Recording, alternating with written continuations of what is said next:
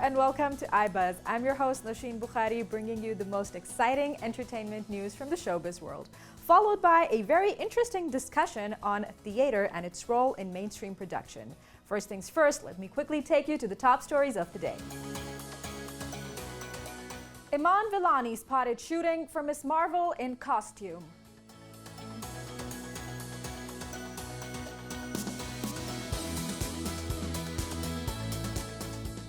The Weeknd shares news of upcoming music with his fans.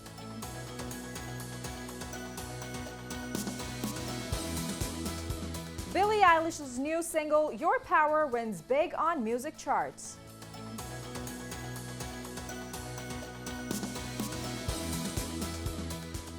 Liverpool staged sold-out Blossoms gig as trial for festival season. And the Oscar-winning actress Olympia Dukakis has died at the age of 89. Moving to our top story of the day, 5,000 music fans packed into the first live gig without social distancing for over a year, as part of research into opening large events. Chart-topping indie band Blossoms headlined the sold-out concert in a big top in Liverpool later. Everyone had a negative COVID test, with the research helping determine how the summer festival season can go ahead. To discuss this further, we have Mark Jarvis with us, who is an award-winning actor and a presenter currently based in London and is working as a presenter for a company called Videoblog. Welcome to the show, Mark. Morning, how are you? I'm good. And alongside we have Charlie Page, who is the editor of film review site called Switch and a TV producer for the Australian channel SBS. Welcome to the show, Charlie. Thank you so much. Great to be here. Charlie, what do you think that United Kingdom setting standards, changing the trends?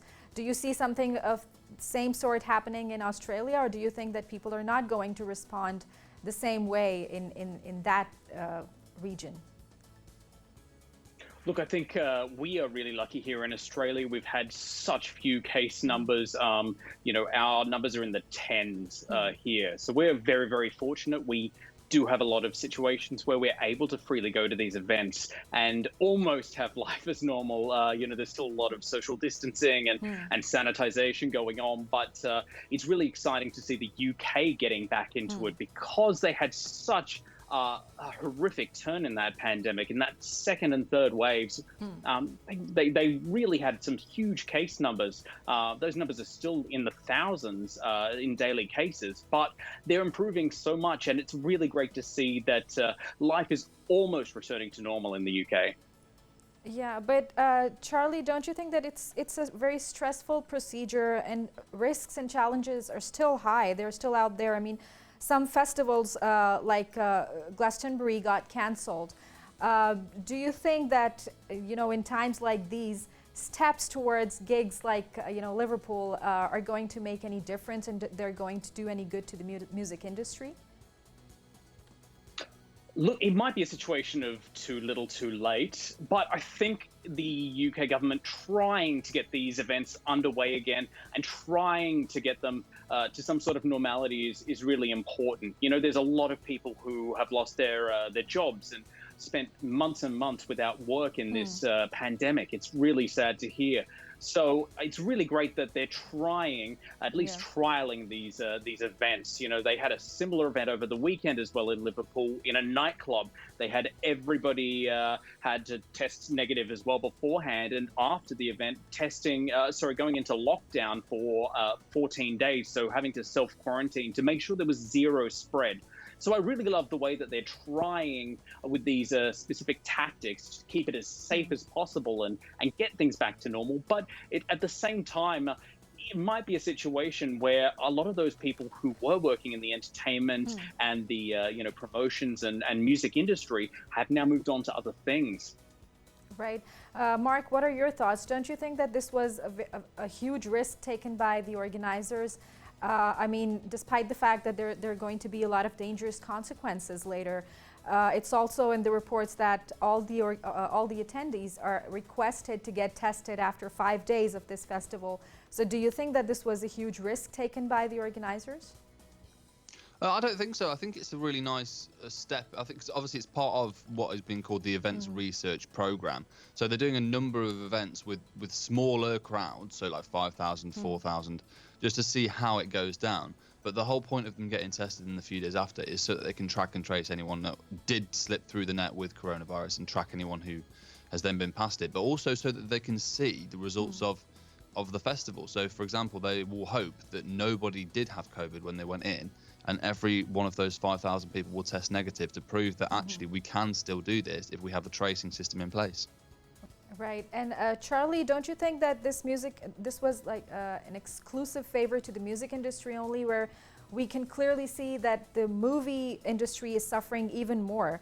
I mean, why exclusively a musical gig, and why did they not, opt to open a movie theater for people? It could be an open air movie theater. It could have been the other way around. Why only exclusively a musical gig? I mean, in all fairness to the UK government, I know they have been working really hard at getting fans back into sporting stadiums as well. So it's not just necessarily the music industry that's benefiting from these trials and this slow return to normality. But I mean, that's a really valid point. There are a lot of other industries out there that are still suffering. I cannot imagine what the UK cinema experience is like at the moment, what those companies there are going through. Even here in Australia, as I say, with our relatively good standings with coronavirus, we still have a huge amount of cinemas who are suffering, who are really trying to claw their way back from these lockdowns.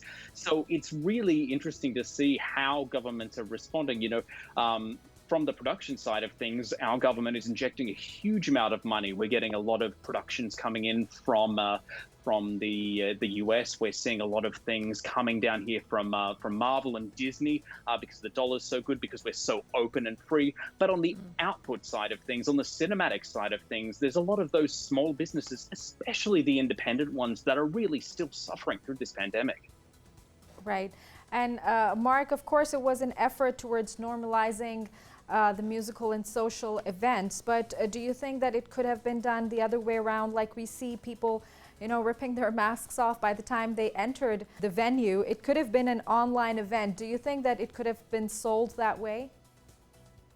Well, I think that the whole point of the Events Research Program is to get crowds together in person to see if actually it can be done purely by a testing route. So will testing be effective in getting people who are purely negative into an arena so we can get live music back to its best? And obviously over Zoom or virtually, there wouldn't be the case because no one would be together, so they wouldn't have that events research. And I think the whole point of these trial events is to try and track and to see if it's possible to have a live crowd back together again without spreading coronavirus, and if there is a way of tracing that before. And I think so far it seems pretty successful. Obviously, we'll find out over the next few days the final results, and we'll see over the next few months with more events as well. But I think it's hopefully a real return to normality. But in answer to your question, obviously that wouldn't have been able to happen with a virtual event because obviously no one would have been together, so they wouldn't have been able to figure out if live events are real a possibility or not.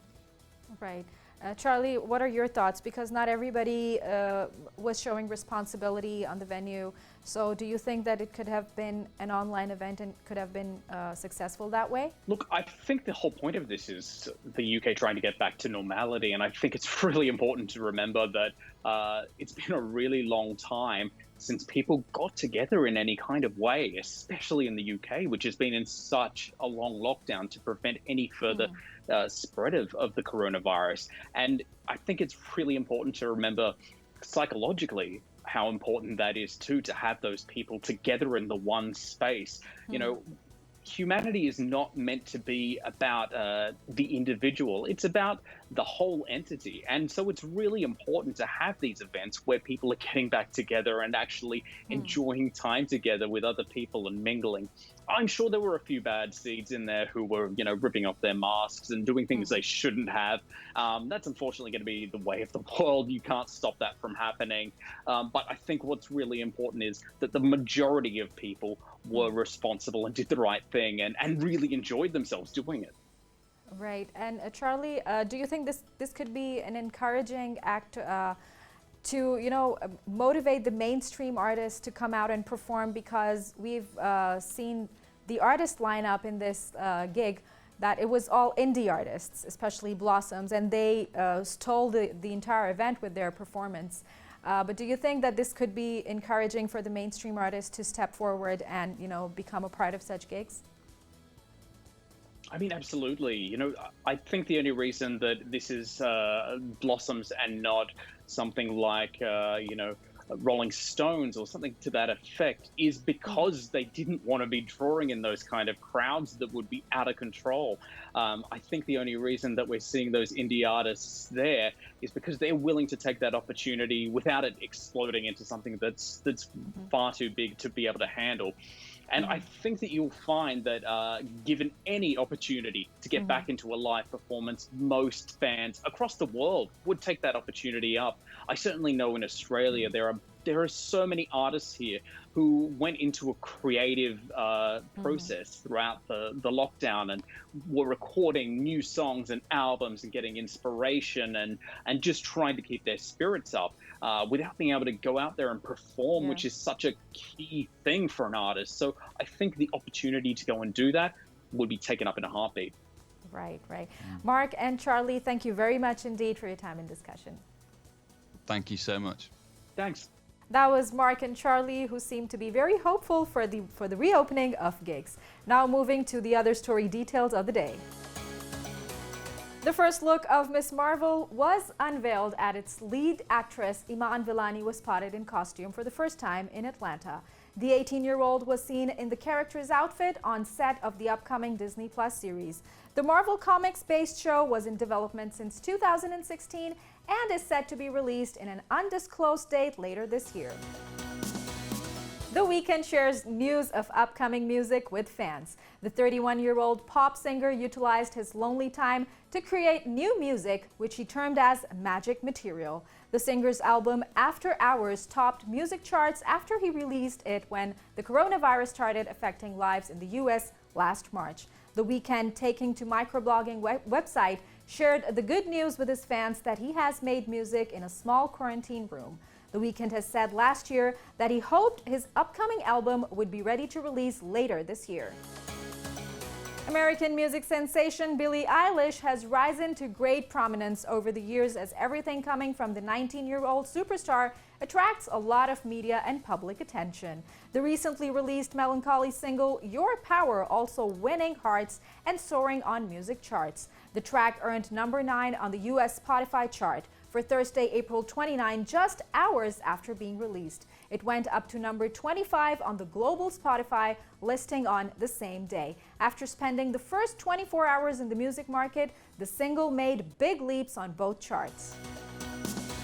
Oscar-winning actress Olympia Dukakis has died at the age of 89. In a Facebook post, her brother said she passed away after months of failing health. Dukakis started acting in the 1960s and performed in a number of film and TV series. She entered the spotlight at the age of 56 with her role in Moonstruck, for which she also won an Academy Award. Dukakis was also known for her role as a wealthy widow in Steel Magnolias. She was nominated 3 times for Emmy Awards for TV roles. No wonder Hollywood has faced a huge loss. That's it from the newsroom. We will be right back after a quick short break. Stay tuned and don't go anywhere.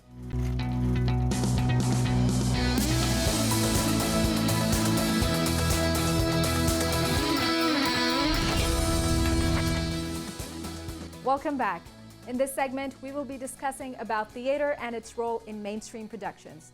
Theater, a collaborative form of performing art that uses live performers, usually actors or actresses, to present the experience of a real or imagined event before a live audience in a specific place.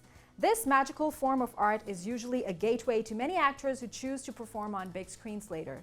To discuss this further, we have Nirvan Nadeem with us today, who is a theater director at Ajoka Studios, Lahore. Nirvan, welcome to the show. Thank you. Glad to be here.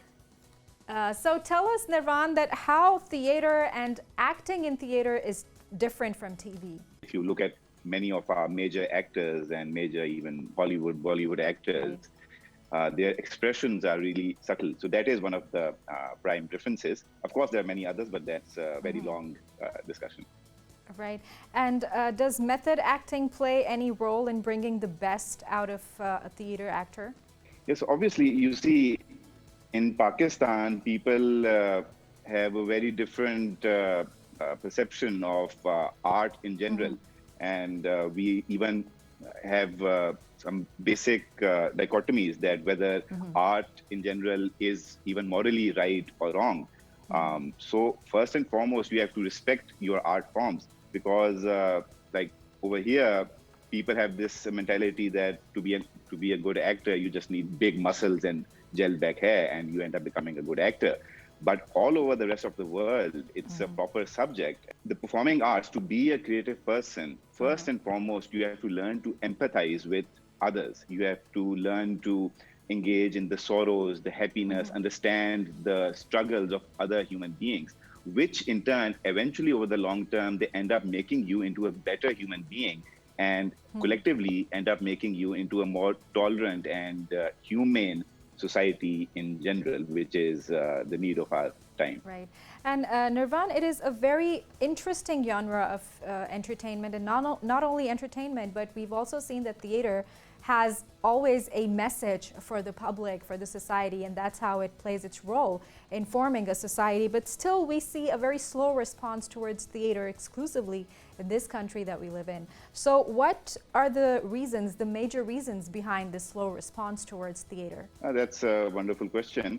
For us at Ajoka, over the past over 35 years, we have gradually built our own dedicated audience, and not just an elitist audience, but across the board. And if you want to move forward as a society, there is a lot more to a nation than just the economy. That's all we focus on.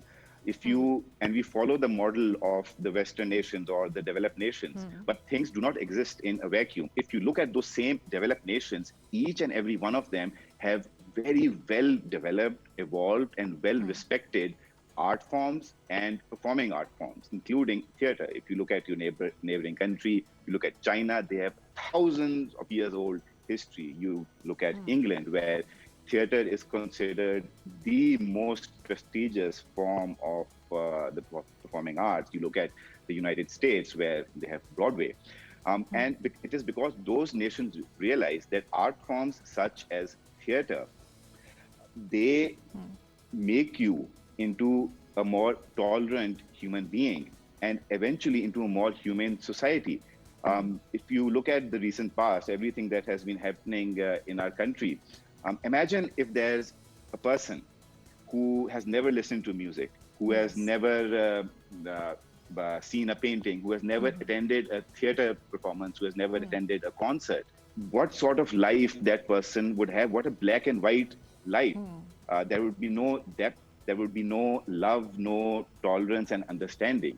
And that is the root cause of basically all of these problems that we have, which are the actual threat to us as a nation, not the economy, not politics, but lack of respect and understanding of our own art forms, of our own theater forms, because they are the forms, they are how you build your own national narrative and are able to export your culture to the rest of the world. And Nirvan, tell us that how life can be brought back to theaters. I mean, we do have platforms, we have a lot of places where these, theatrical performance can take place, and they have been taking places, but not as much as expected. So what measures do you think should be taken to revive theater in Pakistan and to, bring the level, to raise the bar and bring the performance up to the mark? Well, first and foremost, when was the last time you saw a driver at a theater play? When was the last time you saw a mazdoor at any fine art exhibition? So our art forms are just restricted to the upper class or just the elite. And the actual people who need to experience art forms, who need to go to theater, is the common man. And that is one of the things that Ajoka Institute, which we started a couple of years ago, Our students, whether it's an acting course or a writing course, they come from all across the country, from different backgrounds and different classes, because we need to start from the ground level. We need to instill amongst the youth, amongst the young people from a reasonably early age, the love and respect of theater, because theater encompasses all the other art forms. Theater has music, it has song, it has dance, acting, writing, direction, elements of fine arts, painting, sculpture. So we need to start from the fundamentals and then gradually build up, and till the point where we are able to match the rest of the world in our art forms and develop a well-defined cultural narrative. Right, and Nirvan, just the way you spoke about, the target audience, they should not be the elite class only, but a common man should be the target audience. But how do you think that they can be brought to theaters? Because when we talk about theater, we talk about exclusive places. I don't want to name them, but you know what I'm talking about, that exclusive theaters or where these, performances are taken place. So how do you suggest that these common people can be brought to theaters? Do you think that they should be given an theater entertainment on the roads, open air, or there is a possibility for them to be brought to theaters to have the experience? Well, first of all, there needs to be education. It needs to be given a serious thought in our schools, in our colleges. There need to be more institutions such as ours, which instill different courses on various aspects of theater. And that is for the long run. But Ajoka has, you mentioned street performances, you mentioned open air. So we make an effort to make all our performances free. And we have always been a non-profit organization in spite of hardly any support from any government or corporate sector. But our mission, we choose to follow it even now. And all of our plays are free. And in every single one of our play, the audience encompasses a wide variety of people. You have ministers, you have government officials, you have artists, you have drivers. It's a whole mixture of people. And over the years, we have frequently done street performances as well, raised awareness in different villages of Pakistan amongst those people that may never have even heard of a theater performance. So we have reached those areas, those far-flung areas, and performed in those places. So it is very important that theater is not made solely into a business and a profit-making enterprise, like we see that a poor person cannot buy a 2,000, 3,000 rupee ticket. So that is one of the needs of our times. Right. And Nirvan, you belonging to a family of the artist, of course, your mother, she had been a great actress. Do you think that anyone who chooses to become an actor needs to hone their skills, because you've also been working as an acting teacher? So how important it is for an actor to hone their skills and to have a mentor? Or do you think that when people say it is something God gifted and anyone can be an actor, how much do you agree to that? No one is born an actor. No one is born anything really. It all depends on the hard work and interest and passion that you have. And it's not really the people's fault, because they are not shown how deep a field acting is. It's a whole way of life. And if you look at our, I frequently give examples to our young students, that if you look at Virat Kohli, or if you look at Babar Azam he wasn't a one of the world's best cricketers since he was 1 or 2 years old. He keeps on practicing, and he says himself that after every innings, he tries to become better. So as long as you keep on learning, and there is so much to acting, there is visualization. That is one of our the most loved and the most liked exercises that our students like, in which you visualize, and there's a kind of spirituality to it. There is a kind of ruhaniyat to acting, imbibing another person. And basically, you create a paradigm in your mind, the whole structure in your mind, which allows your subconscious to flower and develop these characters. And if you look at the rest of the world, if you look at India, America, China, the reason why they have world-class films. Right, right. Nirvan, thank you very much indeed.